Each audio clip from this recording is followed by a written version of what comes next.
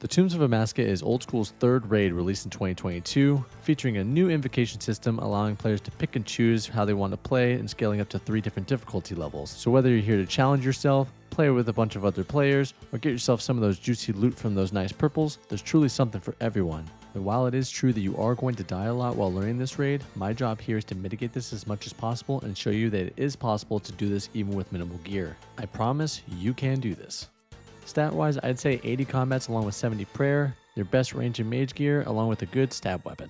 And speaking of gear, we're going in with really low stuff. Berserker ring, dragon boots, Barrow's gloves, mixed tide, top and bottom, dragon defender, ruby bolts enchanted, Nezi helm, amulet of glory, fire cape, and good old Karis. But wait, there's more.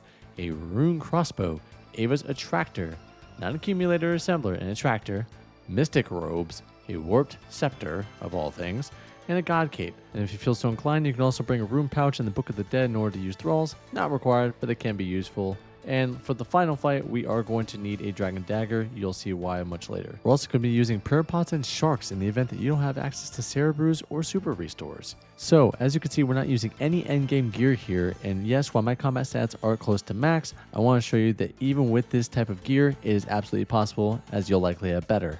Now, for the invos, we're not using any invos. Why is this? The invocations are going to make things mechanically more difficult for something that you're already not familiar with, so I don't recommend putting them on until you are familiar with the boss's mechanics in the puzzle rooms, and then slowly add them on according to your experience and skill level. Don't worry, we're going to go over the invocations later, but in the meantime, we're going to leave them off. Also, don't forget to install the Tombs of Amascut plugin, as it will help significantly. Also, don't fixate on dying while learning. It's going to happen, and as long as you don't have any life invocations on, you can keep going as many times as you want. You'll also get honey locusts that can provide health and prayer to help you progress too. One thing I would like to mention is before you enter the raid, ensure you deposit your best pickaxe in the wall cavity over here so that way you can use it in one of the puzzle rooms. It will speed things up. If you don't have one, then that's perfectly fine. It'll just slow you down just a tad bit. The only other item that I recommend bringing is an anti-poison, but I'm specifically not bringing one so that way you can see what happens when you don't. But once you have everything ready to go ahead and enter the tombs. You're going to be brought into a big old room allowing you to enter one of 4 paths, and they are completely up to you. These paths are the Path of Crondis, featuring the water puzzle and Zebak the crocodile god, the Path of Het, featuring the mirror puzzle and good old Akkha the knight. You have the Path of Apmeken, featuring Baba and her trusty baboons, and the Path of Scabaras, featuring Kephri, the queen of scarabs, and her little swarms.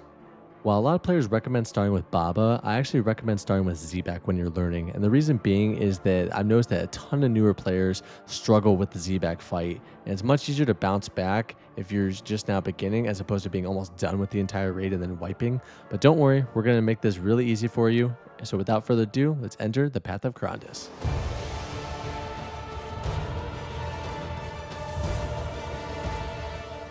Once you have entered the room, you're going to be greeted with your first puzzle, in this case the water puzzle in the Path of Crondis. The whole point of this is to fill up some water jugs and then feed them into the palm of resourcefulness in the center, which will then open up the gate on the other side. You can either go the north side or the southern side, it doesn't matter. However, I do recommend using the southern side as you see here, just because the pathing is a little simpler compared to the northern side. And if you get hit by either the spikes or the poison, you are going to spill the water in the jugs, which is going to make you have to do an extra trip, which we don't want. Once you've entered the room for a certain amount of time, some crocodiles are going to spawn. You want to take these out using magic, as they are weak to that. If they go to the center, they will steal water from the palm, which is going to make this puzzle room even longer, which we don't want. And much like we started on one side on the southwestern side, on this one, you're going to start on the southeastern side. And just like the other one, though, we're going to go down the opposite side. It'll make it a little bit easier to line it up with the spikes, and that way it makes it easier to avoid.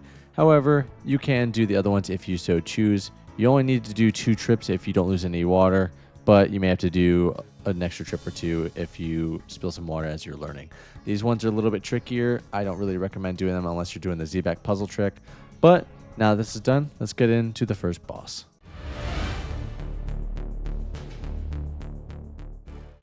Good old Zebak the crocodile boss. If you happen to have any defense reduction weapons, you want to start off in melee, so that way you can pop those off on them early in the fight. Otherwise, we're going to be using ranged. But before we get in, there's a couple things that I want to point out, so that way we can make this fight a little bit easier. Upon entering the fight, you are going to pop up here, and I always recommend staying on the southern side of the map, which is on this side. And the reason being is Zebak has a tendency to spit out a bunch of venom that you're going to have to path through, and there's far less venom to deal with as opposed to the northern side. So in layman's terms, south is good, north is bad. Once you're ready to go ahead and enter to begin the fight with your gear equipped. Zebak has a special mechanic to where he will not do any damage to you until the projectile actually hits you, unlike other bosses. So you can prayer flick him if you so choose. However, I recommend just keeping your prayer up there so that way you get used to his mechanics. He has 2 attacks, rock is range, and the red orbs is magic. After every 20% knocked down, he's going to do one of 2 special attacks. In this case, the special attacks that he does is he's going to spin out a ton of poison, and then he's going to send some waves our direction, similar to the waves with Galvic and Dragon Slayer 2. Same applies here. Just stand in between and don't get hit by them. They will not one-hit KO you. However, it will make it difficult to get back on track if you do, as most people tend to panic and then not pay attention to the projectiles or the extra waves. So just move your way through. Make sure you're paying attention to the prayers and then keep on fighting Zebak. The second special attack that he does is he does a rock special, and the whole point of this is you need to hide behind one of the rocks that spawned prior to him doing his roar attack, otherwise it's basically instant death. So you need to push the jugs either into the rocks or push them and then hit them to explode them around to get rid of the poison before he does his roar attack. For the most part, I've noticed that if you push it and then immediately shoot it, as long as they're close, it will pretty much guarantee that you have an open spot. Not always, but most. After his second special, you're then going to do a second round of the first special. So in our case, we did waves first and then the rocks. So now we're going to do a second set of waves and then a second set of rocks. Easy day, same rules apply here. For the second rock puzzle, for the most part, there's almost always going to be a solve in the middle. So like in this case, you push it, immediately shoot it, and then it's going to open up a spot behind, even with slower weapons like a rune crossbow. It'll work, but just make sure that wherever you're hiding behind the rock, you know the range limit of your weapon, so that way you don't get dragged in trying to attack. If you can't attack, just wait it out. Once you have gotten him down to the last 25%, he's then going to go into his enrage phase. This sounds scarier than what it actually is. All it means is that he's going to attack just a little bit faster. Same rules apply as before. Just keep your prayers up, switch when you need to, and then keep attacking him. Once you're all done, then congrats, you've officially beaten your first TOA boss. Big achievement here. Once you're ready, go ahead and talk to Osmondton, and he will bring you back to the burial chamber where we started. In this case, I recommend going to the Path of Scabaras next, because typically you'd have an anti-poison and some pre-pots to work with. And with that in mind, let's go ahead and exterminate some bugs.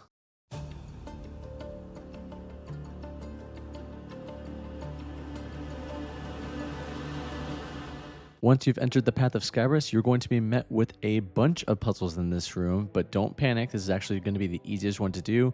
So let's go ahead and break these down real quick before we do anything.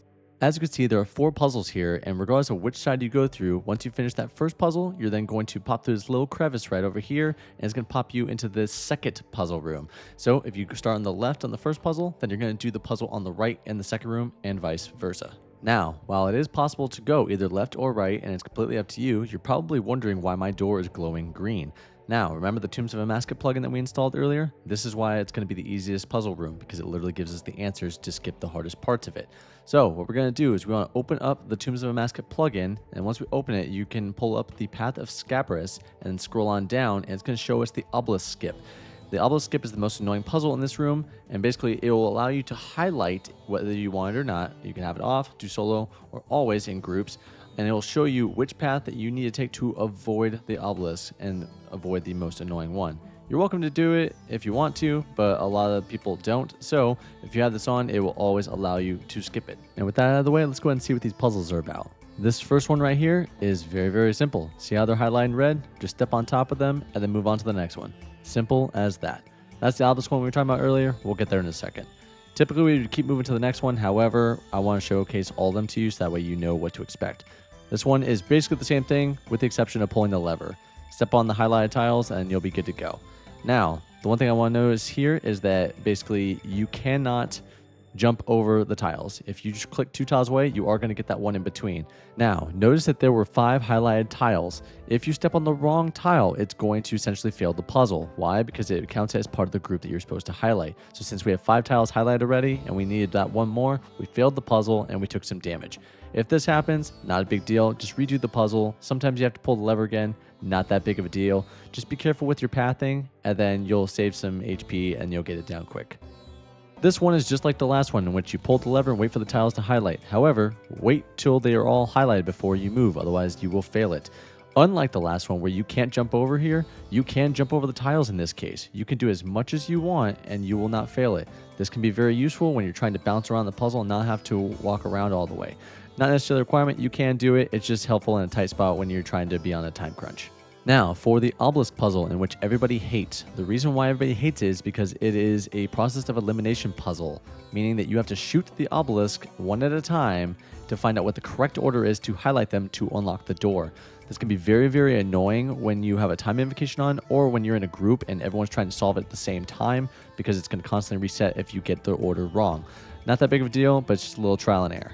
And for the final puzzle in the room in the far back, we have a little matching game. Just activate all the tiles, and thanks to the Tombs of Amascut plugin, it will show you the colors and symbols that they are. And then you just go to the other side and highlight those and match them up one by one. Red with red, blue with blue, green with green, and so forth. If you're in a duo or group, then one person goes on one side, the other one goes on the other, and you just coordinate. One pushes the blue, the other one pushes the blue, and so on. Once you're done with the matching game, it will drop the wall down and you will officially be done with the Path of Scabaras puzzle, and then you will be ready to go to enter the room with the next boss.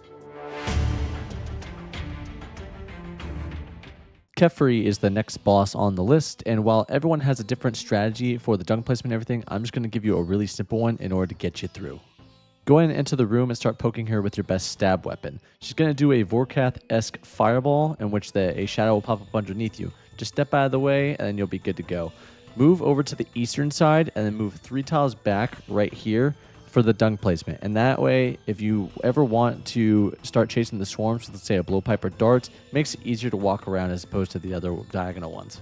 Once the shield is dropped down to 0, she's going to summon a ranged spitter. You want to pray range and attack it as soon as possible. The spitter is still going to do chip damage through prayer. However, it is absolutely brutal if you are not praying range, so make sure that is up. And it will also poison you if you don't have the protection. And you're going to see just how brutal that is for long-term effects in a minute with me not bringing it. Make sure that you're constantly moving during all this, so that way you avoid the little kamikaze bugs that show up underneath you. You'll notice that with the shadow that pops underneath the tile you're on, just move out of the way, otherwise they will explode and do a ton of damage. Otherwise, just try and kill all the swarms before they heal Kephri. If you can't, not a big deal, and we'll just keep moving forward.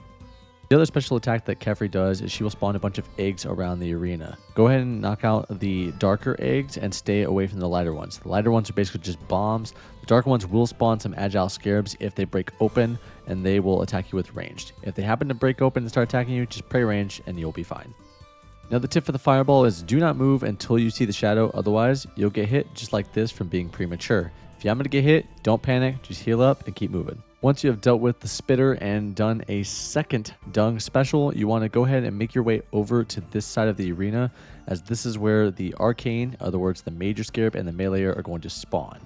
So once they spawn, you want to go ahead and pray melee, so that way you don't take any damage from the brawler, and kill the arcane as quickly as possible. The reason for this are the red orbs spinning around him. If you do not move him, meaning that you hit him 3 times or you kill him, he will then teleport and deal massive amount of magic damage to you. If you don't make him move in time, make sure you are praying magic to mitigate some of that damage, as if you do not, it is going to be absolutely terrible and possibly even will kill you at higher invos.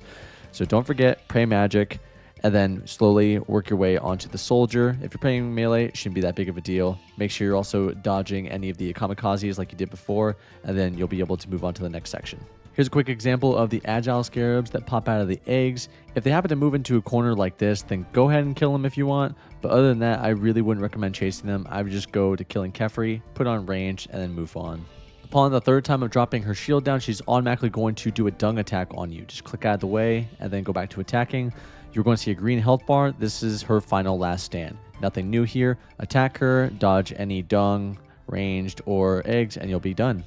There we go, second boss is down, but now look at my health. This was primarily done by all the poison damage that was done in the beginning, so make sure you bring an anti-poison, but I just wanted to show that. Once you've completed 2 paths, you then will have access to the deposit pot and the helpful spirit before you enter the 3rd room. The deposit pot can be helpful in depositing any items that you no longer need. Say you wanted to bring some chins or some darts for the Kephri room and now no longer need them and save some inventory space. The helpful spirit is also going to be perfect for the rest of the raid, as it will provide some truly helpful supplies. Now, these three options, you want to go with power first, and here's why. You'll get access to the smelling salts, which will repeatedly boost and restore your combat stats for 8 minutes depending on your combat levels, and you'll also get access to the liquid adrenaline potion, which will reduce your special attack energy by 50% for 2.5 minutes, which is going to be substantially useful for the final fight. You are going to get access to another helpful spirit after we kill these last 2 bosses right before the final fight, and at that point we're going to take life. Don't worry though, we'll hit the point when we get there and I'll dive into what all these are and why it's useful to take the second as opposed to the first one. Once you've selected power, it's time for our third room, which in this case will be the Path of Het. So we'll make our way over here and let's get it started.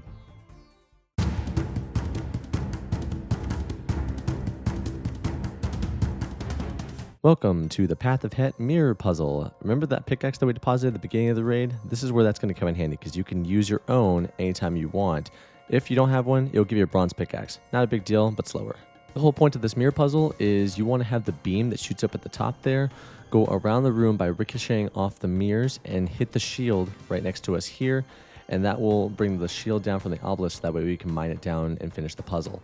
So mine down any barriers using your pickaxe and pick up the mirrors around the room, place them down on the red squares and rotate them clockwise or counterclockwise. Once it disappears, you know it's correctly placed thanks to the Tombs of Amascut plugin, and you'll be good. One little tip here is you'll notice that once the timer turns green, it will then shoot the beam immediately afterwards. So if you make sure you're 2 tiles away from the obelisk, once it turns green, immediately click on the obelisk at the same time, and it'll allow you to get an extra smack on the obelisk.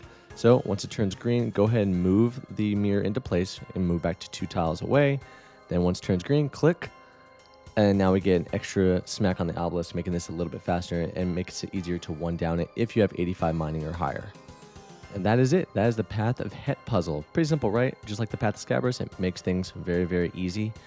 And now just make sure you pick up the items that you had to put down and make your way over to the other side. Now, do not forget to deposit your pickaxe, otherwise you're going to have it in your inventory. A little trick for this is that if you go into the Tombs of Amascut plugin, go figure, go to the Path of Het, and there's going to be an option for prevent room exit and deposit pickaxe. Deposit pickaxe will allow you to just one click on the statue right here to put the pickaxe back, and prevent room exit will literally do just that. It will prevent you from leaving the room should you still have the pickaxe in your inventory if you have this checked. So go ahead and turn this on, and as you can see, I'm trying to leave the room. I can't. Sure, you can right click and do it, but not many people are going to actually right click to move past it. So I know, okay, I still have my pickaxe, put it back, and now I am free to leave the room. Trust me, this will be a lifesaver later on.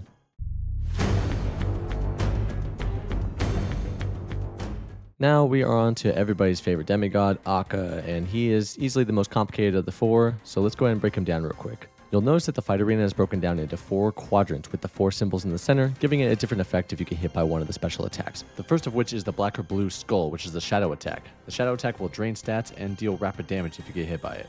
Next is the lightning bolt, also known as the yellow quadrant. The yellow quadrant will shut off your prayer if you happen to hit an orb or by the shadow attacks for a few ticks. Next is the ice or white section, which will delay your attacks by a single tick. So if your fang hits every 5 ticks, you'll now hit every 6. Last but not least is the fire section, also known as the red quadrant. This will create a burn effect and spread to other players if you are nearby. This one could be one of the most dangerous ones, as it will continue to chip damage away even when you think you're safe. While you can start in any quadrant of your choosing, I personally recommend starting in Shadow and then moving into clockwise format. So you start in Shadow, then go to Lightning, Ice, and then lastly, deal with Fire.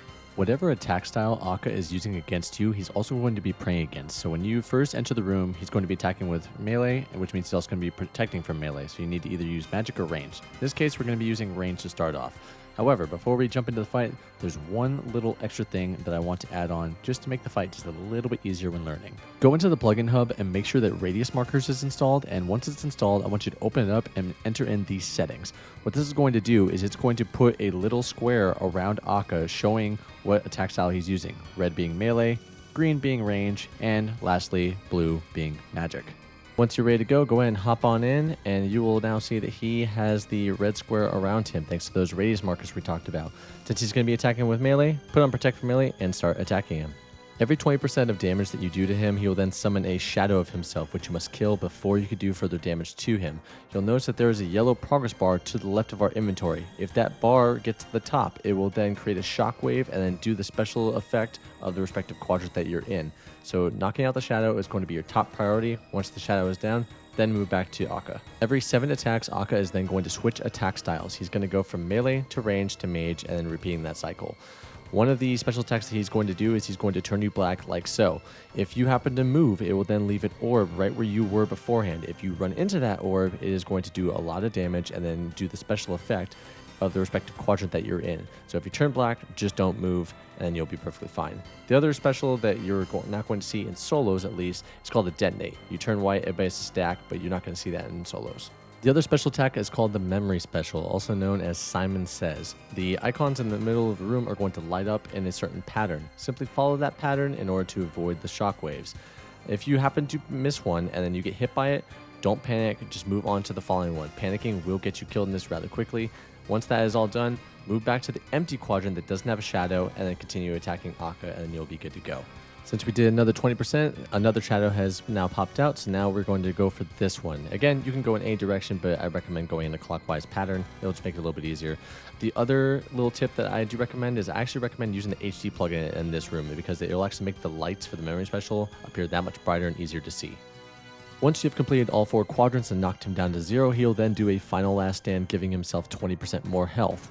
And then you need to go and attack him with melee while dodging the orbs that are spinning around the room. Melee only will work, ranged and magic will not do anything. Every 3 attacks that he will move to a different location, simply focus on moving around the orbs. This is going to be the highest priority as you can't do damage if you're dead. If you happen to run into an orb, just do not panic. That is the number one thing because a lot of people, they'll hit an orb and they start running everywhere, which means they're going to hit another orb, and next thing you know, you're dead. You can't do damage if you're dead. So focus on the movements. Don't worry about the orbs. Heal up if you need to, and then focus on Akkha. You will get it, I promise. It's not as bad as it once was, and it's also not that bad once you get used to it. So just take your time and attack. After this phase is done, then congrats, you have now defeated arguably the most difficult boss in the entire raid. So now we can move on to the final last demi-boss, the Path of Apmeken and Baba.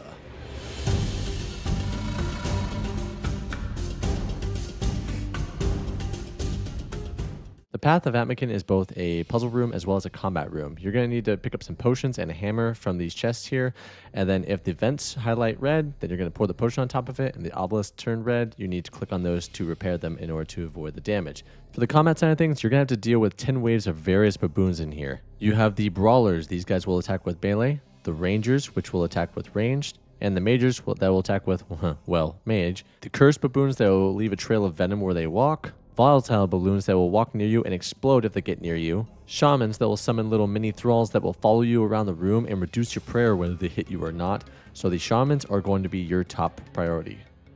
Once you picked up your potions and your hammer and you have organized your inventory for what works best for you, for me, I like having the potions near the top of my inventory just so it makes it a little bit easier for me, then go and enter the room. That skull that just popped up is meaning that you have the ability to see what is going on in the room. If you're in groups, then you are the only one that is going to see the problem. And call those out, you'll have to type in V for vent, P for pillars, or DD to meet in the middle. That highlight tile is where most people meet. Since we're only in a solo though, we only have to worry about ourselves. So since the vent highlighted, we want to run over there and then click on the potion to pour it down the vent. You only need to worry about one vent or the pillars. Now, volatiles typically are ones you want to avoid. However, you can move out of the way and have them do a little friendly fire. They can explode onto other baboons, which is nice. Now, for the respective baboons that pop up in the waves, so when throwers come out or majors come out, you always want to pray against them and knock them out first because those guys will do an obscene amount of damage. While you don't have to worry about stacking up on the one tile in the middle of the room for DD on solos, you do have to worry about both the pillars as well as the vents. So now we got the pillars, and now we're going to go ahead and repair this by clicking on it and then going back to the rest of the room by dealing with the baboons respectively. Remember, you want to deal with the special ones, so rangers or majors, and then deal with shamans. Shamans are going to be a pain because they can constantly summon the thralls, which will then just overwhelm you and eventually just eliminate all your prayer. This is another room where I recommend using the HT plugin if you can, just because compared to with it off, it makes the room much more colorful and vibrant and easier to see with the pillars and the vents. So I do recommend using that. Also, forgot to mention, to kill the baboons, you're just going to use the combat triangle. So mage kills the brawlers, melee on the rangers, and so on and so forth.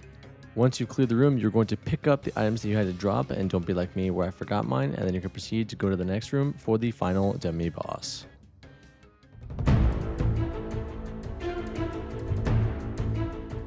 Before we jump into the Baba fight, there's something I would like for you to do in order to make your life substantially easier when learning the fight. Go into the Better NPC Highlight plugin, open it up, and then you want to go over to the true tile section at the top and enter in this ID 11783. We will explain why momentarily. The Baba fight is strictly melee when actually damaging her, and then we're going to use a little bit of range for the boulder phase, but we'll get there in a second. So go ahead and pull out another salt, organize your inventory the way you need it. In this case, we're actually going to use the salts so we can show you how those work. As you can see, we're getting a massive bonus here. Once you're ready to go, then you want to go into your prayers. Go ahead and turn on Protect from Melee and Piety if you have it, and go ahead and enter the room and go to smack her with your stick. She used to be able to do chip damage through Protect from Melee, but since a recent update, she no longer does any damage as long as you pray. Baba does 3 attacks. She will do a ground pound attack that does an X, and you want to move out of the way. That was the one you just saw there, as well as shooting boulders from the sky. Just move out of the way for both of them and you'll get to go. This third one is the one that's occurring right now. You want to move next to one of the rocks in order to avoid the damage that's going to be done when she's throwing the rock at you. If you can't get to the rock in time, that's fine. Just go to the nearby sarcophagus and it will be alright. Just make sure you don't do it twice, as it will then bust it open and it will do extra damage. She will also summon a bunch of baboons that will occasionally go to the sarcophagus and try and bust it open as well. So make sure you kill them. This is what happens if they get to it or if you stand with the boulders twice in a row. At 66 and 33%, she's then going to shoot you to the back of the room and then start sending boulders downhill at you. You need to put on your range gear and then shoot the cracked boulder in order to get through. Remember the embedded NPC highlight we did earlier?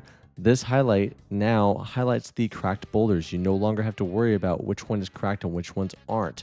You simply just find the highlighted one, shoot it, and just move through. Now, that being said, I don't recommend running through them while you are learning. Just simply figure out the movements, figure out the speeds, and just kind of get a flow for the speed of things, and then you'll be good to go. Now, that being said, if you do shoot the boulders and make it to the top, you can stop the boulder phase early by hitting Baba with melee, but I don't recommend it while you're learning. Alright, we got her down to 33%, which now we're going to do the second boulder phase. In this case, we are going to showcase what it looks like to skip the rest of the boulder phase. You find a good timing, find a good spot, and then run through. If you ever have to go more than one boulder left or right, then you're not going to make it. Don't try and run through. But once you get to the top, you can do extra range damage, as she will either finish the boulder phase or will stop if you poke her with melee. So if you want to continue the fight early, just go ahead and poke her with that. After each boulder phase, you just fight her as normal, and then there you go. It's as simple as that. All the demi-bosses are now done. Alright, congrats. You've now completed all of the 4 demi-bosses in TOA and are now prepared to do the final fight. Now, once you've completed that, you now get the second helpful spirit, and this time we are going to take life. And so let's go ahead and break down what these are. The yellow nectar potions are just what you think they are. They're basically Ceridoma brews. They will heal you, but they will lower your stats. Tears of Elidness? Just like a super restore. They will restore your stats and your prayer. Silk dressings. These are new ones. These will heal 5 hit points every 5 ticks for a total of 100. Very, very useful when you're learning. Definitely recommend taking advantage of them. The blessed prayer scarabs are basically the silk dressings for prayer. They will restore prayer by 8 points every 4 ticks for a total of 72. Same thing, can be very, very useful, so make sure you use them. The white potions are your ambrosias, also known as the oh shit potions. They will restore your prayer and hit points above your max level, restore your run energy to full, and clear all venom and poison. These are just a reset button. Use them indefinitely. Once you picked life, there's really no reason to use your own supplies anymore because you get so much. I mean, look at this. You get so much. So in order to save your supplies, we're going to take advantage of the deposit pot and just store all the supplies you brought in. So all the prayer pots, super restores, sharks, whatever you brought in, just put it away, use the stuff from the raid so you save that for a later time. Once you've deposited everything that you no longer need, at that point, I would take advantage of the times you have and start organizing your inventory to your liking, and then start pulling out the supplies that you're going to need for that final fight so that way you're not worrying about it later. The items that you're going to need is you're going to need a liquid adrenaline for the special attacks for your DDS. You're going to need some salts. You're going to need the ambrosias at a minimum. Now, if you want to start using the silk dressings, the blessed scarabs, the nectars, or the tears of Elidness, by all means, go for it. Bring out what you're comfortable with. And once you're ready to go, then go ahead and go towards the big door in order to prepare for the final fight.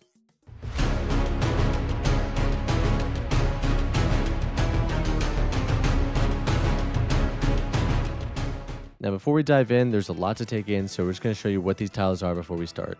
We're going to move here, and if you have a BGS or defense reduction, use it. You're going to go to the left to tank some orbs, and then once the red UFOs come down, you're going to go back to the first spot, and then for the yellow UFOs, you're going to go a little bit to the left here. Then, for part 2, we're going to stand in this corner over here. Don't worry about this tile or the other tile on the left-hand side. That's for a little more complicated stuff. We're not going to worry about those. Once you're ready to go ahead and resalt back up so that way your stats are boosted for the fight. If you have any defense reducing weapons like a BGS, now's the time to use it. If you don't, that's perfectly fine. Just go ahead and put on your range gear, talk to Apmeken, and then immediately move to the left hand side to start blocking some orbs. The orbs are going to be used to charge the Wardens to the left and the right. Notice that there's a little charging station underneath them. If that charging station reaches max capacity, then they will then shoot out a bunch of UFOs for you to move out of the way. If both sides do it at the same time, you're basically screwed. I like to tank roughly 20 to 30 hit points worth of orbs just to make sure that they're offset. Once that's the case, go ahead and move back to the tile in which you BGS and you'll be able to dodge these red ones. Once the red ones go away, then once the left side fills up, you're going to move over to this tile here in order to dodge the other ones. Don't forget to be attacking the obelisk, that way you keep moving along here.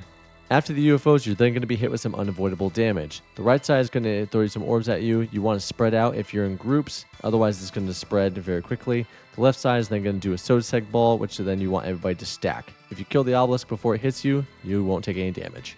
Once the obelisk is defeated, we're then going to move into part 2. So we're going to move to our P2 tile down here and proceed to put on our magic gear. Magic is always going to be the first attack style that we attack with first in this. Now, for the Warden's attacks, if he looks like he's throwing a baseball at you with a rock, it is a ranged attack. If it looks like he's reading something off his sword, it is a magic attack. He also does 3 special attacks that will also deactivate your prayer. Blue orb means pray for magic, and then a red sword means pray melee. And then last but not least, a white arrow means pray range. Make sure you turn your prayers back on. And the crappy part about this is that not only do you have to worry about his regular attacks, you have to worry about the obelisk special attacks as well. There are 3 special attacks, and the deadliest is the bomb shadow attack that you see right here. If you see a shadow pop up near you, you want to stay within 2 tiles adjacent to that bomb blast. If you step on top of it or are diagonal, it will not avoid it. If you cannot make it in time, make sure you run out of the attack span, otherwise it's going to do massive amount of damage. And that's one of the reasons why we're here on this side of the field, so that way it makes it easier to dodge. Once his health bar reaches the top, he's then going to shoot out his core for you to damage with melee. Take a dose of your liquid adrenaline, bust out your DDS, and just unload as many specs as possible. If you can get your melee gear on in time, then that's great. If not, just go ahead and get as many attacks in as you can. You can do 5 DDS specs and 1 regular attack in this cycle before he brings it back. In the second cycle, we're now going to be using range. So go ahead and switch over to your range gear and start attacking. If he throws a stone orb at you, just move out of the way. If you get hit by it, just spam click and then it will release you and you won't take any damage. The second special attack that he'll be using occasionally is going to be this little orb that comes inwards. Just move to this corner of this room and then you will avoid all damage taken. The third special attack is the windmill, and this is where the second tile is going to come into play. Once it flashes to move to the next area, go ahead and move back to our original tile and you'll be fine. Start back on this, wait for it to come near you, wait for it to flash, move, and then you'll be good to go. Once you do this twice, you'll be all done with this special attack and you'll be good. Once again, once the health bar gets to the top, you want to just spec the hell out of the core like you did before. If you run out of special attack, that's perfectly fine. You want to just use the fastest but strongest weapon you can. So in this case, we're going to use the Chaos Partisan. And once he is done here, we then move on to part 3. Once you get to the part 3 area, we want to move to the right side over here as he's going to start doing slam attacks on the left hand side. We're going to be moving in a very straightforward pattern, starting on the right, then move to the left, then move to the middle here. And it's just rinse, lather, repeat. Just right, left, middle, right, left, middle. And this is going to be pretty much the movement for the entire part 3 fight. While I do recommend attacking every time that you move, if you're not comfortable with this when you're first learning, then just focus on the movement. He will not hit you as long as you're staying on the correct tiles. So just focus on the movement, attack where you feel comfortable, and you'll get it down in no time. It's not that bad, I promise. After every 20%, he's then going to shoot out some orbs that you need to hit with melee. You can one-tick these with any weapon, whether you use a BGS, Dragon Dagger, doesn't matter. But it has to be melee. Once you've knocked out the orbs, go ahead and move back to the right-hand side. And then, guess what? We're just going to do the same thing we did beforehand. Just right, left, middle, right, left, middle. Absolutely nothing changes here. Once you get to 60%, we're now going to deal with some more orbs, but now he summons Zebak as a phantom. It's going to be using the same attacks as you did before in the regular fight, where you have the orbs or the rock to dodge. Make sure you pray those, get the orbs, and then move back to the right-hand side. And now we're going to rinse, lather, repeat again. At 40%, we're now going to be dealing with Baba as well. So essentially, just don't stay in one spot for too long and you'll be perfectly fine, so that way you don't get hit by the boulders. So keep your prayers up, dodge the boulders, right, left, middle, and you'll be fine. At 20%, we're now going to do one more set of orbs. No more phantoms, just the orbs. So go ahead and start on the right-hand side and start one-ticking them down. Do a little dance, make a little love, get down tonight and all that. And then move back to the right-hand side. Now, if you're doing your little dance with the orbs and you're going to tank a prayer hit, from Zebak, just make sure you tank the hit. Don't switch in the middle. Otherwise, it'll throw your rhythm off. Once you get him down to 5%, he's then going to move into his enrage phase. This is where he's going to heal himself back up to 25%, start ripping the rows of tiles apart starting from the northern side, as well as starting to do a lightning attack indicated by the shadows on the tiles. You want to keep moving around as much as possible to avoid this new shadow attack, as well as dealing with the other two. Keep your prayer up and keep moving as much as possible.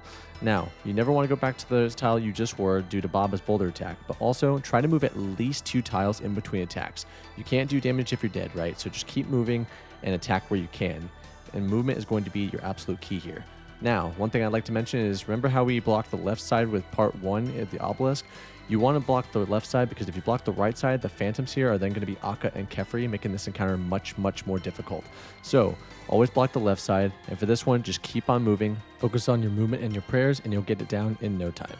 And just like that, you are now done with your first completion of the Tombs of Amascut. Congratulations, this is a huge achievement. It's all downhill from here, as learning the mechanics of the raid is the hardest part. Once you're ready to go ahead and enter the rewards chamber in through here, and then if you see a key in the chest, that means you got a normal set of loot, or if you see a purple chest in the middle, congratulations, that means you got a unique.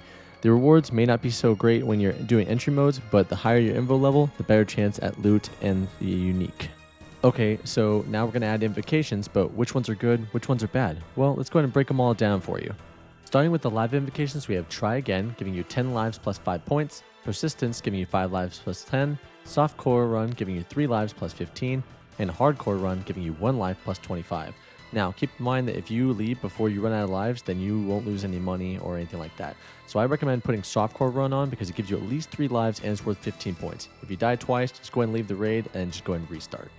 Now, we're going to jump into the time invocation. To start off, we have Walk For It. This will give you 40 minutes to complete the raid. It gives you about 10 points for the invocations. Jog For It gives you 35 minutes plus 15. Run For It gives you 30 minutes plus 20. And then Sprint For It gives you 25 minutes plus 25 points.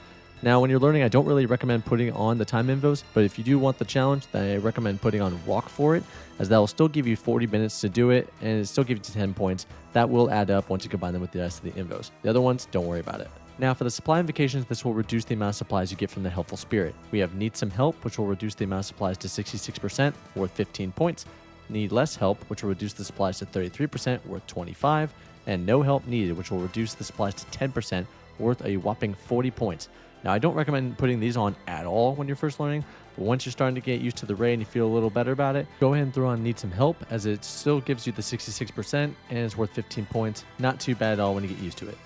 Now, for everyone's favorite, the path leveling invocations. The path level is shown in the left-hand corner, and every level it goes up will increase their damage, stats, and hit points. And every 2 levels will also create a new mechanic for the fight. Okay, so the fight changes every 2 levels, but what exactly changes? Well, Baba's boulders coming from the sky are just going to come down just a little bit faster, and the Kephri fight is going to be the same thing with the fireballs coming down a little bit quicker as well. The Akkha fight is going to add 1 extra memory to the Simon Says, so instead of 4, if he's level 2, you're now going to do 5. And if it goes level 4, then 6, and so on. Zebak, well, it's the same as the first 2. He's just going to be hitting you just a little bit faster than usual. And he does take away a space for you to move in between the waves. Not too bad, though. Next, we have Walk the Path, which gives the boss the chance to level up randomly after each path completion, worth 50 points. Definitely worth it if you're comfortable. Path Seeker is next, where every boss automatically starts at level 1, worth 15 points. Pathfinder automatically starts at level 2, worth 40 points, and Pathmaster, every boss starts at level 3, worth 50 points. Now, with these invocations, I don't recommend these ones at all, not for a very long time until you're trying to run higher invocations, so just leave these off, and if nothing else, put on Walk the Path. Next, we have the prayer invocations, and it's important not to mix these 2 up. The first one is Quiet Prayers, which will reduce your prayer effectiveness by 10%, including protection prayers, means you're constantly taking chip damage, worth 20 points, not worth it in any circumstance. Deadly Prayers is up next, where prayer will be drained by 20% of damage taken, worth 20 points. This one sounds worse than it actually is. Just bring an extra restore or a prayer pot, whatever you use, and it'll be perfectly good. Recommend this in every circumstance. Now for the food-related invocations, starting with On a Diet, which means that you can't use any food-only potions. So like lobsters, sharks, and the like, you can't use it. Silk dressings and honey locusts are also removed. This is worth 15 points. Definitely recommend putting it on if you have access to Cera Brews. If not, then go ahead and leave it off.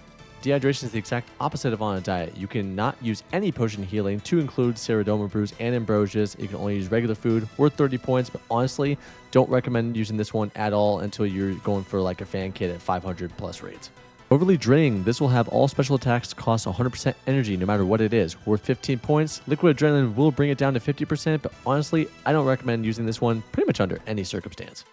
Now for the Kephri invocations, to start off we have Lively Larvae, which will have more dark brown eggs spawn around the room which shoots them out, which can result in more agile scarabs, worth 5 points. Sure, it may not seem like a lot, but honestly 5 points will add up and the eggs really don't make that big of a difference, especially if you're playing ranged. Put it on. More Overlords means that both a ranger and a melee scarab will appear in both phases, worth 15 points, and honestly it's not too bad. The same ruling applies. Attack the ranger, kill him first, and then the meleeer, and then when the major pops out, kill him first, and then the ranger, and then the meleeer. If you're uncomfortable with this fight, then don't put this one on. Blowing Mud means that the Dung special will hit 2 players at once, worth 10 points, so in a solo encounter this is absolutely free, and if you're in a group, then I seriously suggest planning it out so that we don't trap each other. Medic, easily the worst invocation outside of Quiet Prayers. The swarms that heal Kephri when her shield is down, they will constantly pop up around the room throughout the entire fight, even when her shield is up, making this a very, very long fight. It's only worth 15 points on top of that. In a solo, do not put it on. If you're in a large group, then it's not so bad, but either way, I really don't recommend this one at all. Aerial Assault is kind of a gray area, as Kephri bombs will now hit in a 3x3 area, so depending on if you're running it in solo or in a group, this can really be a game changer. In solo, it's not so bad, just run 2 tiles in either direction, you'll be fine. Groups, well, it's a little chaotic. Now, for good old Crocky Mr. Zebak, we have Not Just a Head, which will give him access to blood magic and summon a blood spawn to damage and heal him, worth 15. Arterial Spray gives the blood magic an increased range and healing, worth 10. Just run away from the blood spawns and then pray magic to avoid this entirely to make it worth it. Blood Thinners just makes that blood spawn split into 3 orbs, worth 5. Honestly, this is worth putting on. Upset Stomach is easily the most difficult invocation from Zebak. The acid pools increase from a 3x3 to a 5x5, and the jug splats go from a 5x5 to a 3x3 splash, meaning that you have to be very particular on where you splash the jugs in order to open up the space for the rocks. Worth 15 points. This one could be a little tricky, so put it on when you're ready. Now, onto Akkha, we have Double Trouble, which means he will do 2 special attacks at once, meaning in solos you will deal with the orb phase and the Simon Says at the same time. Honestly, this one is very, very difficult, so even though it's worth 20 points, I don't recommend putting this one on until you're far more experienced. Keep Back means that Akkha will use melee alongside his ranged and magic attacks, worth 10 points. So if you're right next to him, he will essentially be attacking you with 2 different styles at the same time. This one is very, very difficult because you need to constantly stay away. So I don't really recommend this one. And yes, I'm shooting him with range when he's protecting from it, just to show how it works. Stay Vigilant is a very, very simple one. He will do a special attack every 6 attacks instead of 7, worth 15 points. Honestly, even when you're learning, I recommend throwing this one on. The number 1 killer for learners, the Feeling Special Invo. This will double the speed of the Simon Says special, meaning that the second the last icon highlights, it will then force you to start moving. Now, once you feel that you are ready to add in those 20 points, just know that once the last icon lights up, you need to start moving immediately in order to not get caught up in the blast. And then on top of it, Feeling Special will also add more orbs to spawn when you turn black. Instead of behind you, it will also pop up in front of you. So if you start running around like a maniac, it can basically be a death sentence, especially in groups. And the detonate attack in groups will also go in more directions. Up to you if you want this one on. Now for Baba, we have Mind the Gap, which means that when she knocks you to the back of the room during the boulder phase, any player that is in the center of the room will be instantly knocked into the pit and killed. I don't recommend this one for learners, but honestly, if you stay on the sides of the room, it's not so bad to put on. Shaking things up means that her shockwave attack goes from a 3x3 to a 5x5 and is worth 10 points. Honestly, this makes it easier to see, and I do recommend putting this one on always. Jungle Japes is where baboons will drop bananas when you kill them, which will damage and stun you. And honestly, this one can be pretty inconvenient at times. It's only worth 5 points, but if you're trying to get the Invo up, it could be worth putting on. Gotta Have Faith means that if the sarcophagi open up, then they will deal more damage based off of your prayer points. Worth 10 points, and honestly, as long as you open up the sarcophagus, this can be absolutely free, no matter if you're in solo or in the group. Now for the worst invocation for Baba, we have Boulder Dash, which means that during the boulder phase, the boulders rolling downward will be moving at pretty much twice the speed that they usually do, and it also limits the amount of space that you have to move in between them.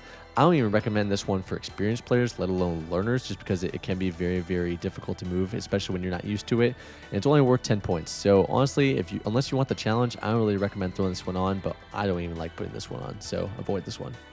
Now for Wardens, we have Ancient Haste, which will make the wards charge up at a fast rate during P1. Honestly, this one can be kind of a pain at higher invos, but at lower invos it's not too bad. It's worth 10 points, up to you if you want to throw it on. Acceleration means that Warden is going to attack faster and the Obelisk is going to charge up faster with more special attacks during part 2. Worth 10 points. I'd say it's worth it later on, but maybe not when you're first starting. Penetration means that the obelisk specials will do more damage and it will disable your prayer if you get hit by the special. And honestly, with it only being worth 10 points, I don't really recommend this one at all just because it's very, very easy to get stacked out, especially at higher invos. It's basically instant death. Overclocked means that during part 3 of the Warden fight, his slam attack is going to be 1 tick faster. And honestly, even with being 10 points, I recommend throwing this one on even when you're learning because it's really not that fast and you'll get the hang of it quick. Overclock 2 means that the slam attack is going to be 2 ticks faster during P3. Worth 10 points. Honestly, this one is going to be a no-brainer after a few raids, but when you're learning, maybe leave this one off. Just leave the first overclocked on, just that way you don't get overwhelmed, but I promise you'll get the hang of it pretty quick. Insanity. This is where it gets real. The slam attack will be 3 ticks faster during part 3, and you'll also have way less time for the orbs when they pop out. You pretty much can't miss any of them, and the slam attacks will also resume where the Warden left off, so being on the right side every time after the orbs is no longer a thing. Part 4 is also going to be pretty quick. Little tip for after the orb phase is if you don't remember where he left off, just stand to the back of the room and it'll give you an extra tick to decide where you need to move. And then honestly, while this is worth 50 points and worth it in the long run, I don't recommend it for learners. Put it on when you're ready. So Verde, what would you recommend running for 150 normals once people are ready? Well, I'd start with Softcore Run, Deadly Prayers, Lively Larvae, Blowing Mud, Aerial Assault, Not Just Ahead, Arterial Spray, Blood Thinners, Stay Vigilant, Gotta Have Faith, Jungle Japes, Shaking Things Up, Ancient Haste, and Overclocked. I'd only recommend these ones just because it'll help you get your foot in the door and not feel too overwhelmed, and you'll add more as you go. You'll figure out what works best for you. And there you have it. You are now ready to start running Tombs of Amascut. Super proud of you. Welcome to the club. Absolutely love this raid. I think it's some of the most fun that you can have in the game. Hope this guide helps you. If there's any clarification needed or if there's any other points that you have, please let me know. Other than that, good luck on the purples, and we'll see you in the tombs.